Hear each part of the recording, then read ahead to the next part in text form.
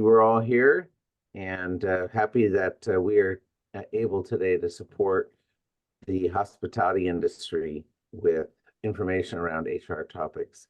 As you may know, we've been involved in various aspects of the hospitality industry since at least 2000. And we're very glad to be able to offer more information to help the industry fulfill its vision for serving their clients and the community. As we begin, I want to mention that Leap Solutions is a division of George Peterson Insurance Agency.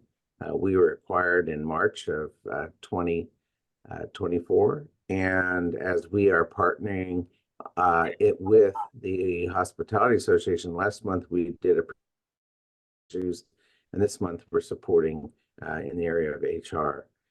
I want to mention something. John is going to talk about workplace violence prevention programming, and we did a newsletter in July that can be found on our website, leapsolutions.com. And if you go to our newsletters, you can get more information. Also, we'll support what John is covering today. And every month we create topics that we like to share with our community. I know in November we'll be doing an article on the new employment laws. Tracy and our other Tracy, we have two Tracys who are HR consultants for us, will be preparing that. And I think it's always informative and important for businesses to be on top of what our legislature is doing that's impacting our industry.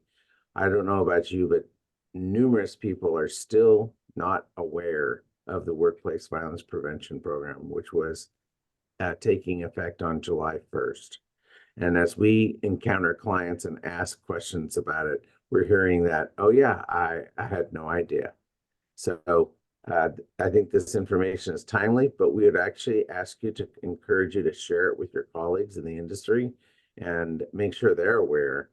Now, while there's no workplace violence police coming to your door tomorrow, what this policy is important for is when you do have an incident or you have your insurance renewals, and they'll be asking you whether or not you have your policy in place. So with that, I wanted to get started, and I'm going to have Tracy start. She's going to talk to us about new minimum wage within restaurant industry. Good morning. Thank you, Scott. I'm going to share my screen. Hopefully this works. Looks good. Looks I can good. see it. Perfect. Perfect. So I'm going to talk about California's new $20 fast food minimum wage. And although you might not be in the fast food industry, this may be affecting your business anyway. So AB 1228, also known as the $20 fast food minimum wage, was signed into law by Governor Newsom in September of 2023. And what it did, it increased the $16 minimum wage to $20 for fast food workers, which went into effect on April 1st of 2024. The bill also created a fast food regulatory council, which is composed of industry representatives and restaurant workers, and they're authorized to boost the wage annually by 3.5% based on inflation. The council also advises on health and safety standards for fast food workers and combats issues like wage theft. So the bill requires fast food workers with 60 or more locations nationwide to increase their workers' pay to $20. And that means that fast food workers will earn more than $4 more than the state's minimum wage for all other industries. The bill also increased exempt employees' wages at covered fast food restaurants. So the minimum wage exempt standard or salary for exempt employees is in California $6,506. But if you work in the fast food industry as a supervisor, it's now $83,200 per year. It's a lot. According to a letter sent to the Fast Food Council from the Fast Food Council in July, the union is now asking to increase the minimum wage in January of 2025 to $20.70 an hour, and in 2026 to $21.40 an hour.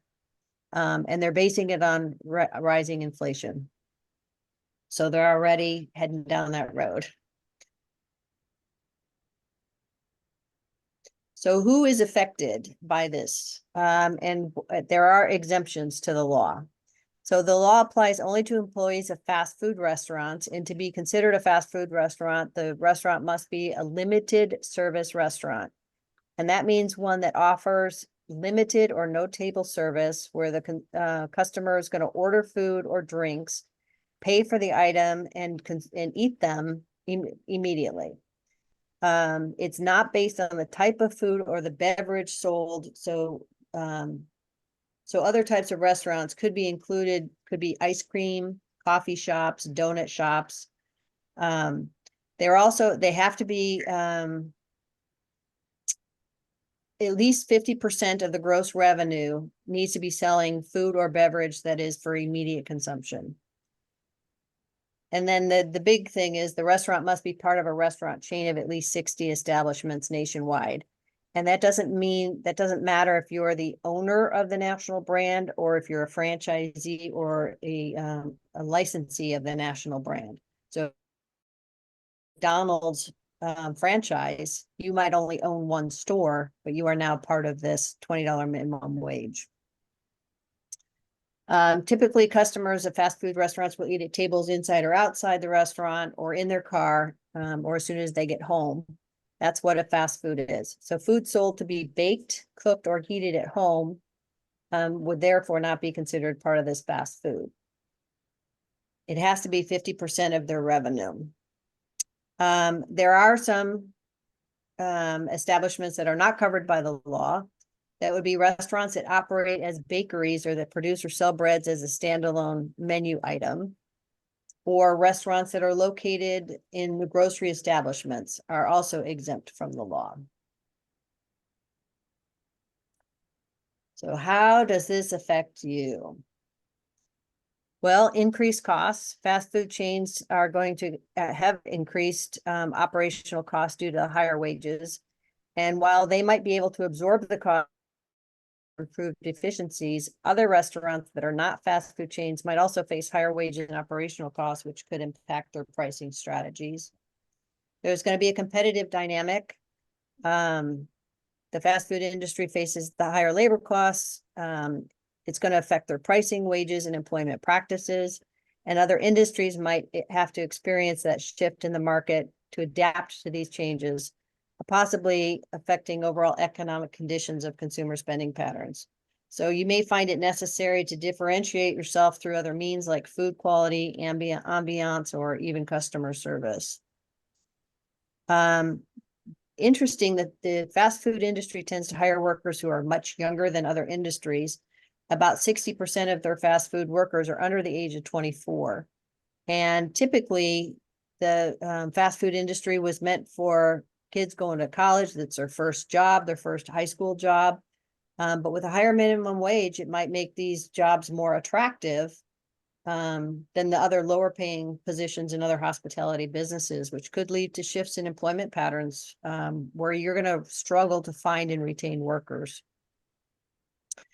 Everything has gone up. So to manage the increased, fast food restaurants are raising their menu prices. We've already seen that. This could influence customers' expectation and price sensitivity across dining industries, potentially affecting how other restaurants set their prices. And then operational changes. To cope with higher wages, they're looking at investing in technology or streamlining operations to improve efficiency.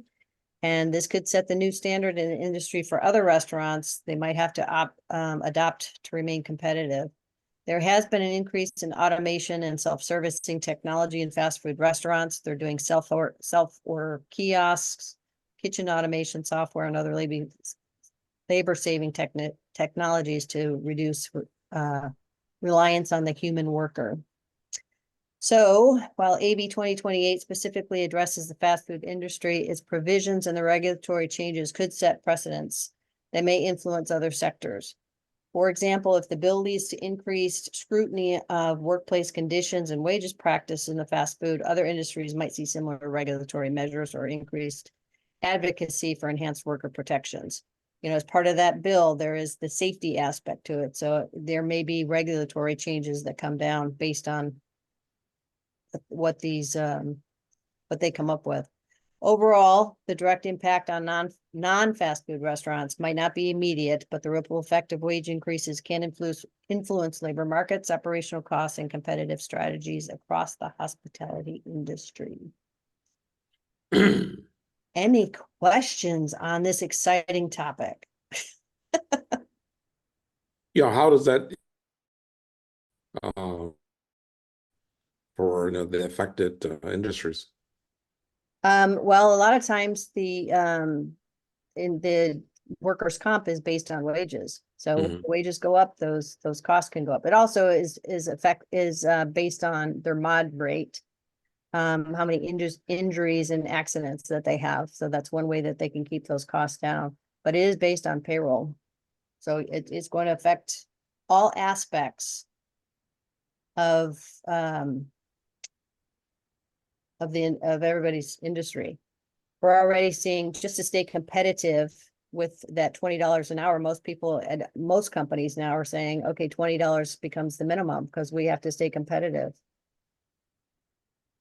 So Tracy, what you're hearing or seeing is that, like in my neighborhood, we have a place called Blue Beagle, one location coffee shop, and sure that you're hearing from our clients and others that, hey, you know what, it's essentially $20 in order to keep people. Exactly. You got to remain competitive. And I think that's what the plan was, but it's going to have this huge ripple effect if they start doing this 3.5% every year.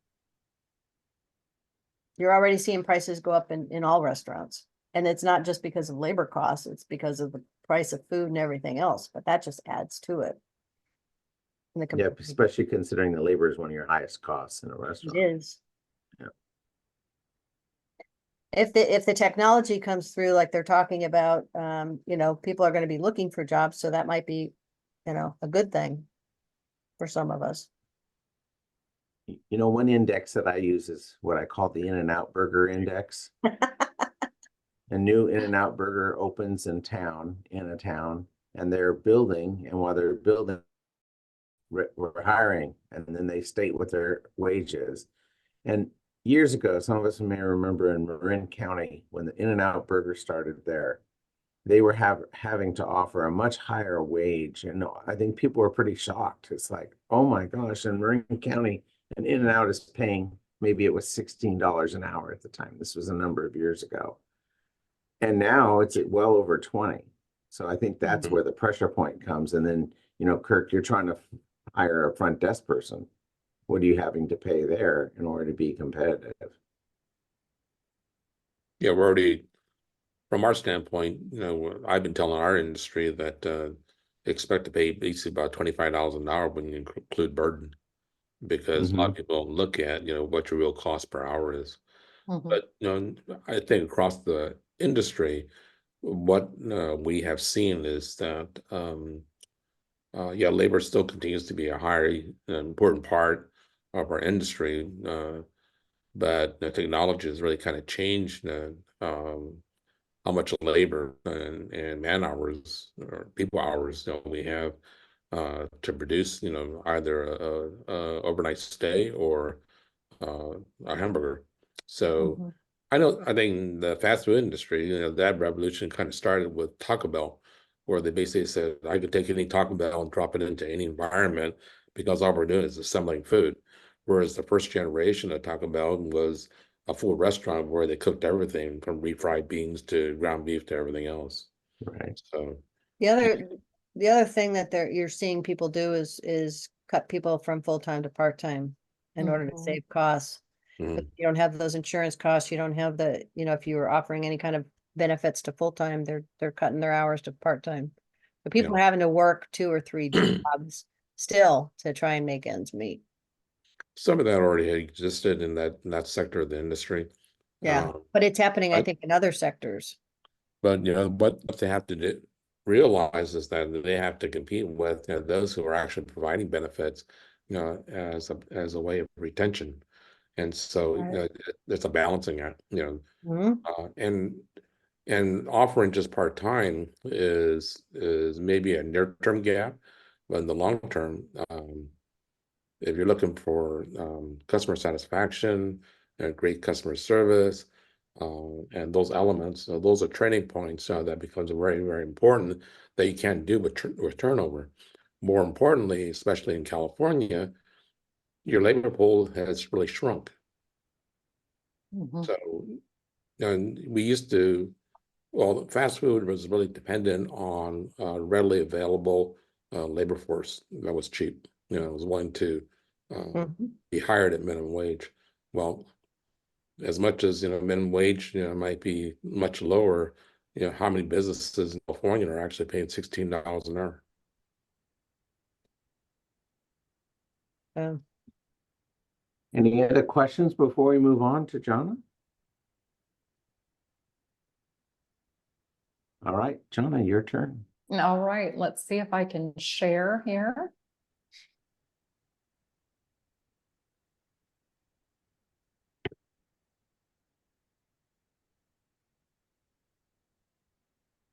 We can see your screen. You just need to share it as a slide.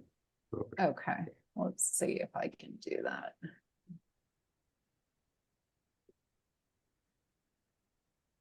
Um,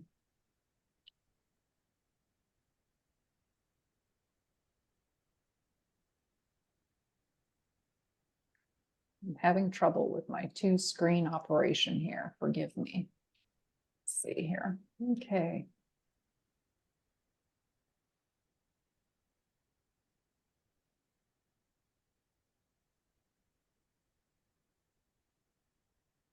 All right, are you seeing my slide? Mhm. Yes. Okay, great.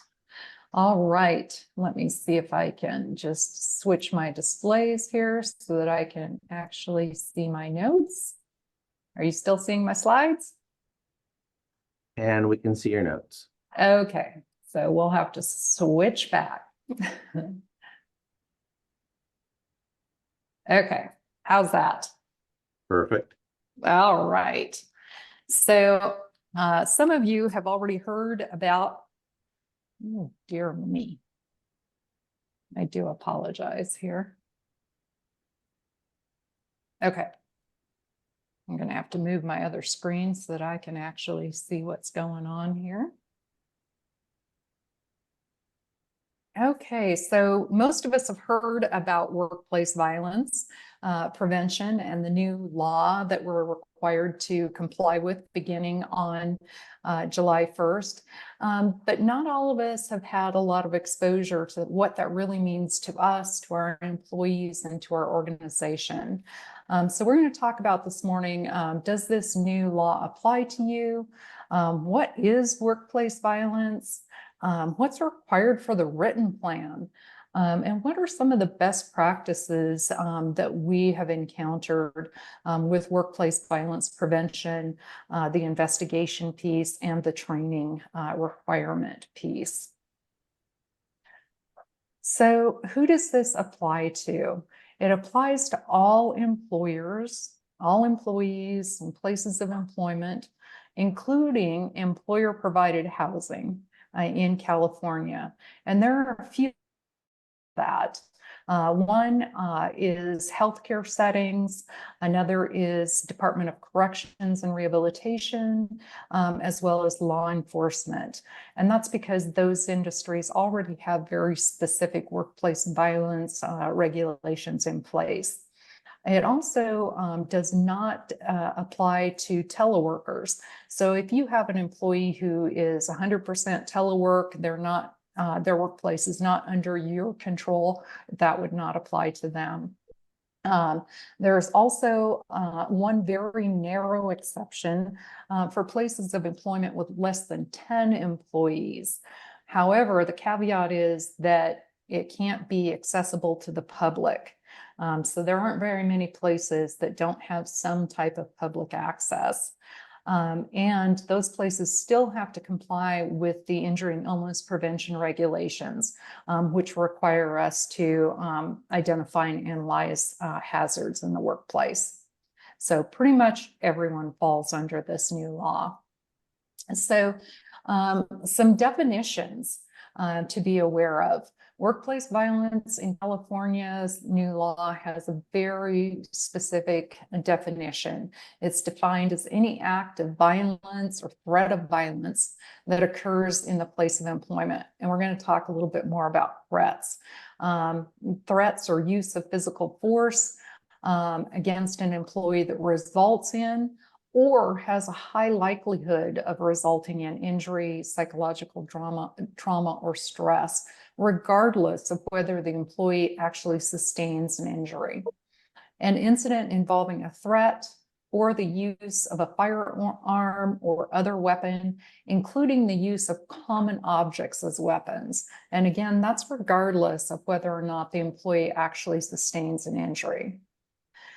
So, some more important definitions. The threat of violence. It can be any verbal or written statement, including like text messages, social media messages, online posts, or any behavioral or physical conduct that conveys an intent that someone reasonably perceives to be intended to cause them harm or place someone in fear of physical harm. Another couple of definitions here are around the types of workplace violence. And these are important because these are types that you will actually have to document in your reporting and your logging of workplace violence incidents. So type 1, think of this as a stranger. This is someone who does not have any legitimate business at your work site. So an intruder or a robber. Type 2 is violence committed by a customer or a client. Type 3 is employee against employee or even a former employee to current employee. And then type 4 is violence that is committed by someone who doesn't work at your work site, but is known to have a personal relationship with one of your employees. So think of this as like an ex-spouse or an ex-significant other that comes on your work site. So workplaces are required under this new law to establish, implement, and maintain an effective workplace violence prevention plan. The plan itself has to be in writing. It has to include such things as names and job titles of the person that is ultimately responsible for the plan and implementation. There's a requirement for employee involvement in developing the plan, as well as identifying and evaluating workplace hazards, involved in training, and involved in workplace violence incidents. The plan has to be accessible to all employees and authorized employee representatives. So if you have a union, it would be accessible to them as well. And of course, Cal OSHA could also ask for this. It could be part of your IIPP if you want it to be, or a standalone. Our recommendation is to have it be a standalone. And a lot of this is just for ease of update. And also, if you do happen to have an OSHA representative come on your site, it can help kind of prevent scope creep in their investigation. Hazards specific to each work area. What does that mean? So different work areas have different risks. For an example, an office with public access is going a different risk and risk factors than, say, your warehouse location, if you have a warehouse, or if you have a winery. The tasting room is going to have different hazards than the vineyard itself. So the written plan is really just the beginning. It's going to assist workplaces in assessment, training, and communication with our employees, and helping us keep our employees and our workplaces safe. So what are some procedures that we should consider related to workplace violence? And there are active situations and non-active situations to consider. So if there's an actual or potential workplace violence, how are we going to alert employees to the presence, location, and nature of the emergency? How are we going to make sure that we have an active evacuation and shelter in place plans for work sites that might need it? How do we obtain help from staff assigned to workplace violence emergencies? So if you have safety staff or security staff on site, how do they get involved and how are they notified? And then if law enforcement needs to be notified. And then there are non-active situations. And this is really where we're doing proactive communication with our employees. We're looking at those reporting tools and investigation tools to help us identify potential hazards in the workplace. And we can do this through periodic inspections. We do it when we first establish the workplace violence prevention plan. If there's an incident, and if any new hazards come to light. And then we need to be sure and correct hazards in a timely manner. So what should we investigate and what steps should we take during the investigation process?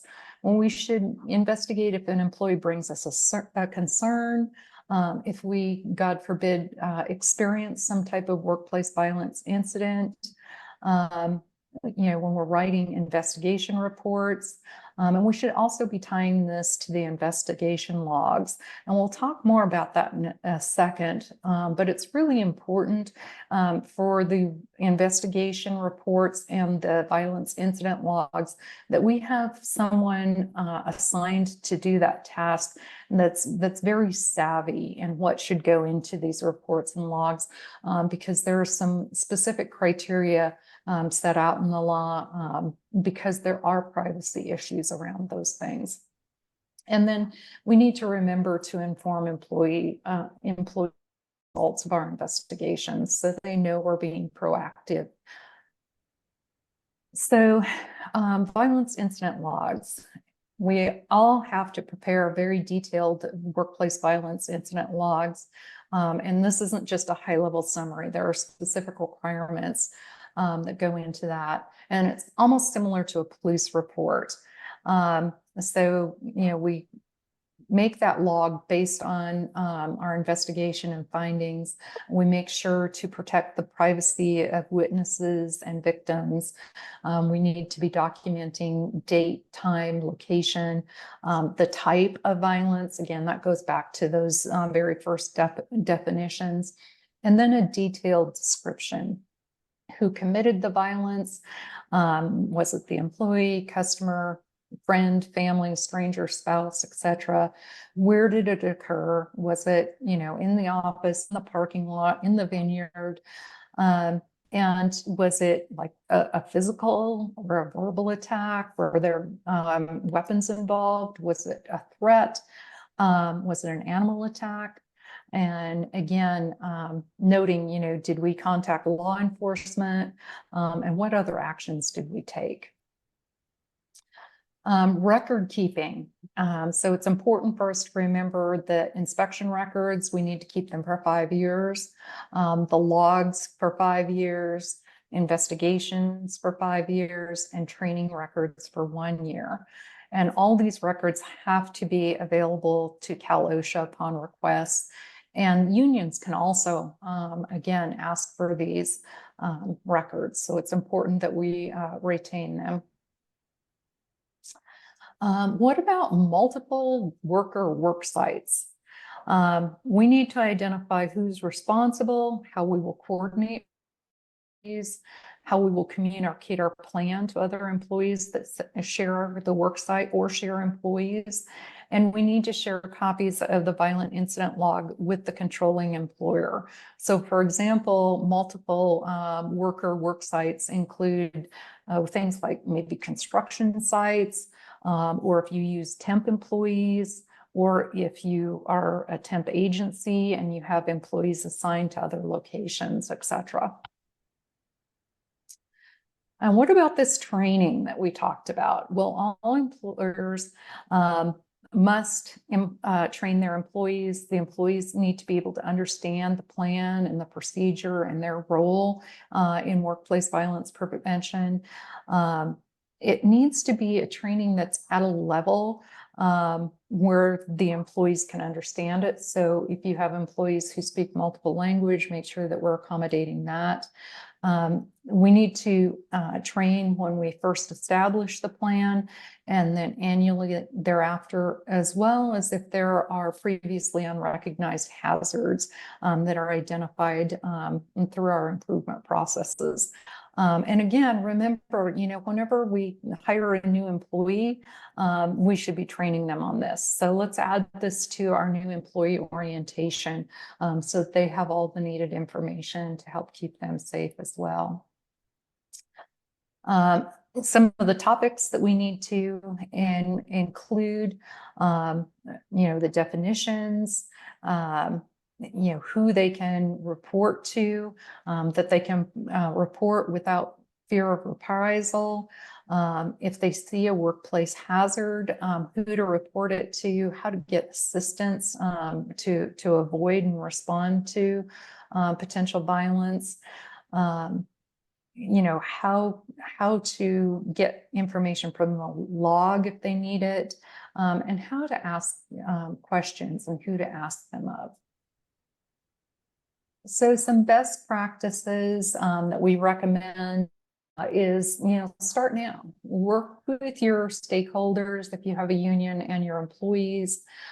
Adopt a written plan. Customize it if you have different work areas with different hazards. Provide training at onboarding and then at least annually thereafter. And if you have new hazards that you identify, train to those as well. Document your plan and work toward compliance. Determine what your record keeping and investigation processes and procedures will be. And again, remember, you should have someone that's really savvy in this process to do that documentation. Conduct drills and revise the plan as needed, and take reports of violence seriously. So we have time for some questions and answers. And I know that we have a fairly small group today. So by asking a few questions that LEAP has already encountered when working with employers on this. So the first one that we get a lot is, what the heck does interactive training mean? Why can't we just use a chat bot to deliver our training? Well, the regulation actually requires that there be an opportunity for interactive questions and answers with a person who has knowledge about your specific plan. We've been asked, do we need to have active shooter preparedness training? And that depends. If part of your hazard assessment indicates that you might want to do that, then by all means do it. Another one is, we have multiple work sites. Do we really have to customize this plan to the different work sites? And yes, you do. I mean, there can be that is generic across the company. But if you have a vineyard and a tasting room, there might be some specifics to those different sites. If you have front desk staff and you have housekeepers, there might be some differences that, those groups might need to be aware of. It just really depends on your own work site. So are there other questions that you have this morning?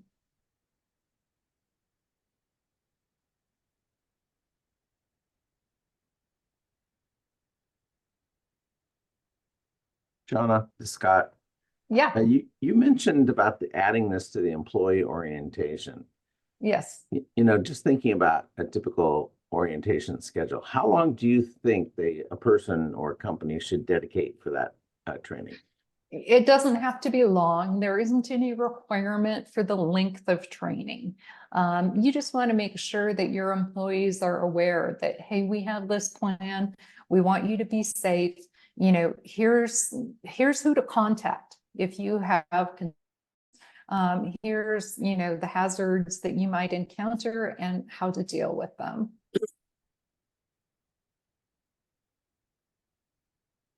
You mentioned the log. Yes. And the detailed information that's virtually required. Yes. And you need to make that readily available. Yes. To what degree, because you also mentioned the possibility of confidentiality and violating Yes. confidentiality. Yes. How do you split hairs there? Exactly. That's a tough one. So we don't want to identify names or any other, employee number or anything that, could identify the victim in the case or witnesses. So you want to be careful with that information. There are sample logs available online. Leap Solutions also has a log form that has some real specific check boxes to keep it simple and kind of help put some guardrails around that confidential information. What if you had an incident that involved, let's say, a customer? You might provide the date and time and possible incident, but do you actually name the employee involved and the guest involved? No. Okay. No.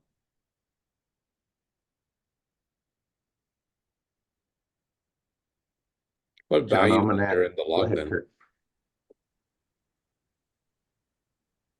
What value is there in that log if you don't have that kind of detailed information?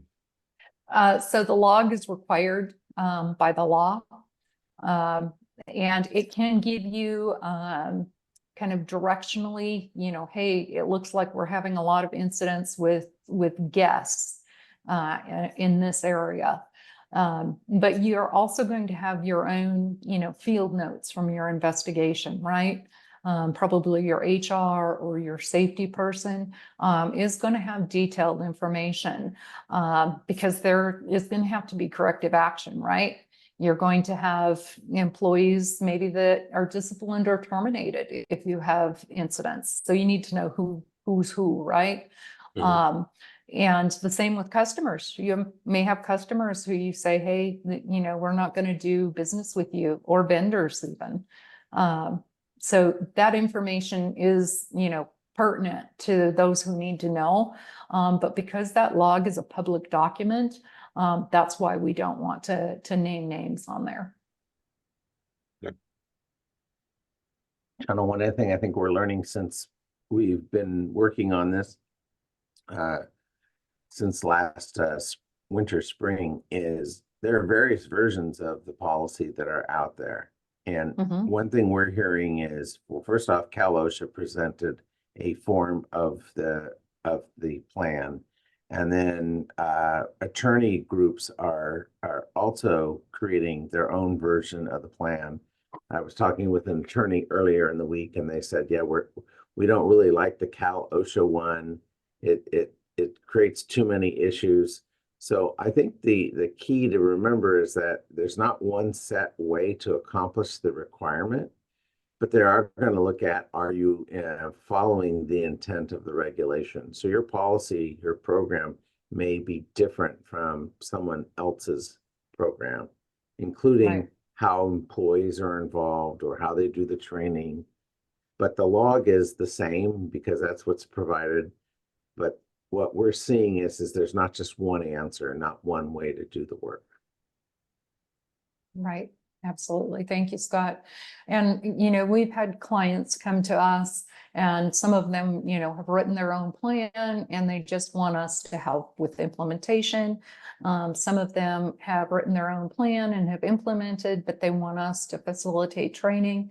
And some of them just come to us and say, hey, we are focused on our business. We just need you to come in and help us with the whole shebang, help us with involving the employees, doing the assessment, writing the plan, implementing, and doing the training. So, we're a resource here to help you. If you have questions, please reach out. Like Scott said, there are other resources at the Department of Industrial Relations. And I have these links here, and I can have Tiffany provide those links to you as well.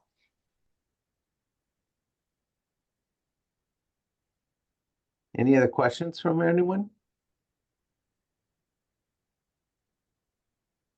Okay, well, Tiffany, I think we're back to you. Right, great. Well, thank you guys so much again for presenting all this good information. We really appreciate you guys taking the time.